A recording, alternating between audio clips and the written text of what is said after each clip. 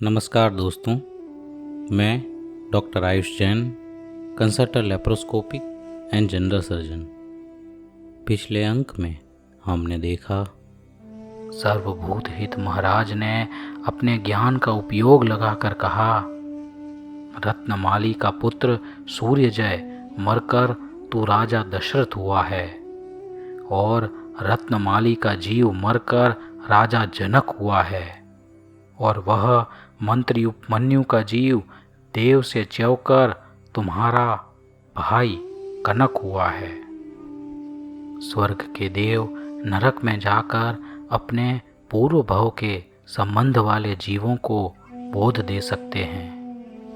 नरक के जीवों की यह खासियत है कि नरक के जीव को अगर एक क्षण भर भी अपने पूर्व भव में किए हुए धर्म की आराधना के कार्य अगर याद आते हैं तो वह क्षण मात्र के दर्शन से ही उसे आत्मज्ञान प्राप्त हो जाता है और उसी क्षण से वह नारकी जीव नरक की सारी पीड़ा भोगते हुए भी स्वयं को उस पीड़ा से भिन्न अनुभव करता है। नरक का सारा वातावरण ही दुखदायी होता है। नरक की भूमि का स्पर्श भी लाखों बिच्छुओं के डंक की तुलना के बराबर कहा गया है। असह्य गर्मी, असह्य ठंडी और असह्य दुर्गंध वहाँ पर सदा ही व्याप्त रहती है। नार की जीव हमेशा अपनी वैक्रिय शक्ति से अलग अलग रूप बनाकर एक दूसरे को मारते रहते हैं। वहाँ के नार की जीव को क्षण मात्र भी सुख नहीं होता। उनके शरीर में नियम से सारे रोग पाए जाते हैं। देव जब नरक में जाता है तो देव के शरीर का बंधारण नारकी के शरीर के बंधारण से भिन्न होने के कारण उसे वह नरक की पीड़ा अनुभव नहीं होती। और उससे भी ज़्यादा ज़रूरी बात यह है कि कर्मों का उदय, देवगति के जीव के पाप कर्म का उदय नहीं है, इसलिए नरक का स्थान उसे पीड़ा नहीं पहुंचाता। अपने प्रश्नों का पूर्ण समाधान पाकर राजा दशरथ अवाक रह गए। इतनी गहराई से कर्म की विचित्रता पर उनका ध्यान आज पहली बार गया था। उनके मन में सुषुप्त पड़ी वैराग्य भावना बलवत्तर होती गई। उन्होंने सोचा कि मैं इस महान इक्ष्वाकु वंश में उत्पन्न हुआ हूँ, जहाँ पुत्र के सद्धर हो जाने पर पिता संन्यास ले लेता है और मेरे तो चारों पुत्र विवाहित भी हो चुके हैं। अब इस संसार में रहकर मेरा क्या प्रयोजन है? कब तक इन भोगों को मैं भोगता रहूँगा? मुझे शीघ्रातिशीघ्र मेरे स्वयं के कल्याण का मार्ग खोजना ही चाहिए। उन्होंने निश्चय कर लिया कि अब ज्येष्ठ पुत्र राम को राज्य कारभार देकर वह संन्यास ले लेंगे। अपने मन में दृढ़ निश्चय करके राजा दशरथ अपने परिवार सहित महल की ओर चले। भामंडल 1 मास तक अयोध्या में श्री राम और सीता के साथ रहा। जाते जाते उसने श्री राम से कहा, हे देव, सीता के आप ही शरण हो। आप ही इसके हृदय में सदा इस प्रकार विद्यमान रहें कि मेरी बहन उद्वेग को प्राप्त ना हो। इस प्रकार सबसे आशीर्वाद लेकर भामंडल अपने रत्नुपुर नगर चला गया। वर्षा और शरद की ऋतु बीत चुकी थी और हेमंत की ठंड आ चुकी थी।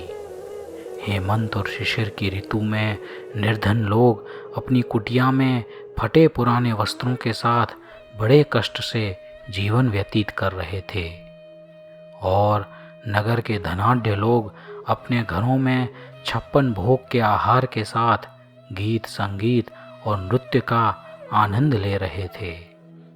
जीव अपने कर्मानुसार सुख और दुख भोगता है, क्योंकि संसार का ऐसा ही स्वरूप है।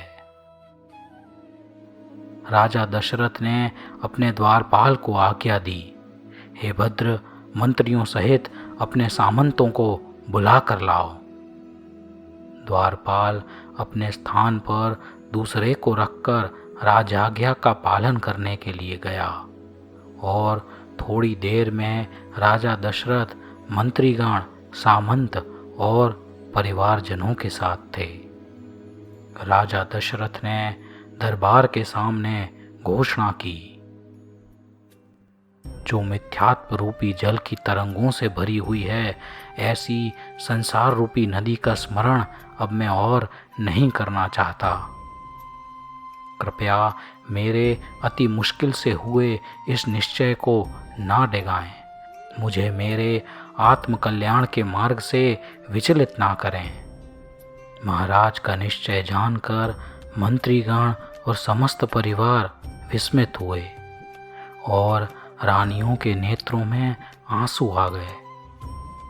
पिता को विरक्त देखकर पुत्र भरत को भी प्रतिबोध हुआ। वह विचार करने लगा कि अहो, जब जीव को सम्यक ज्ञान होता है तो उसे राज्य या व्यवहार की चिंता क्यों करनी चाहिए। मुझे किसी से भी कुछ भी पूछने की आवश्यकता नहीं है। मैं तो इस तीव्र दुख रूपी संसार को स्वयं छोड़ना चाहता हूँ। अनेक कलाओं को जानने वाली कैकेयी ने अपने पुत्र भरत की चेष्टाओं से उसकी मनस्थिति जान ली। एक बार पहले भी कैकेयी ने पुत्र भरत की यह चेष्टा जानकर राजा दशरथ से कहकर उसका विवाह करवा दिया था। पर अब रानी कैकेयी को लगा कि मेरा पुत्र वैराग्यमय हो गया है, मैं उसे कैसे रोकूं। राजा दशरथ तो निश्चित ही संन्यास लेंगे। मेरे पति और पुत्र अगर दोनों चले गए तो इस संसार में मैं किसके आधार से रहूंगी। इस प्रकार अत्यंत व्याकुल हृदय वाली कैकेयी के मन में पहले के 2 व्रत मांगने की बात स्मरण में आई। पुत्र मोह में कैकेयी की आंखों पर पर्दा पड़ चुका था। अपने विचारों में दृढ़ कैकेयी राजा दशरथ के पास गई और बोली, हे नाथ, आप तो दीक्षा लेने को तत्पर हैं। आपने मुझे विवाह के वक्त 2 वर मांगने का वरदान दिया था। आपकी दान कीर्ति सब दिशाओं में फैल रही है। कृपया मुझे वह मांगने की अनुमति दें। राजा दशरथ ने कहा, प्रिय, रघुवंश की परंपरा हमेशा रही है अपने वचन को निभाने की। मेरे संयम मार्ग में बाधा ना बने ऐसी कोई भी इच्छा तुम मांग सकती हो। रानी कैकेयी ने नीची नजरों के साथ कहा, महाराज, आप मेरे प्राण प्रिय हैं। आप चले जाएंगे तो मेरा आधार क्या रहेगा। आपके साथ मेरा पुत्र भरत भी संन्यास लेने को तत्पर है। आपको तो मैं नहीं रोक सकती, पर मेरे पुत्र भरत के लिए मैं अयोध्या का राज्य मांगती हूँ और स्वयं के लिए राजमाता का पद मांगती हूँ, क्योंकि अब मेरे जीवन के आधार में मेरे पुत्र के अलावा मुझे मेरा कोई नहीं दिखता। राजा दशरथ को यह बात सुनकर आघात लगा। ज्येष्ठ पुत्र राम के होते हुए भरत को राज्याधिकार, रामचंद्र का अधिकार वह भरत को कैसे दे दें। राम राज्य करने के लिए सर्वथा योग्य हैं, उत्तम शासक हैं। नहीं नहीं, यह अन्याय होगा। मंत्री और प्रजा क्या कहेगी, महारानी कौशल्या और राम क्या सोचेंगे।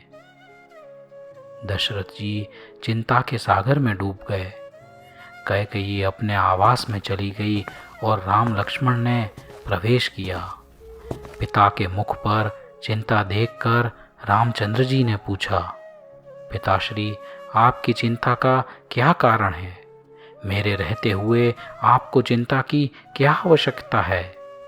राजा दशरथ ने कहा, पुत्र, कला की पारगामिनी तुम्हारी विमाता चतुर कैकेयी ने विवाह के पूर्व मुझसे 2 वर की मांग की थी।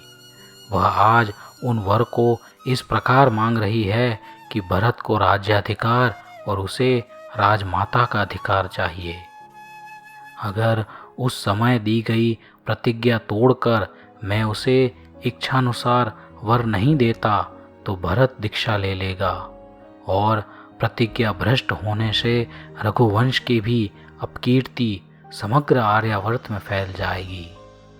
राम, तुम पंडित पुरुष हो, अतः बताओ कि इस दुख पूर्वक की चिंता की बात के मध्य में मैं क्या करूं?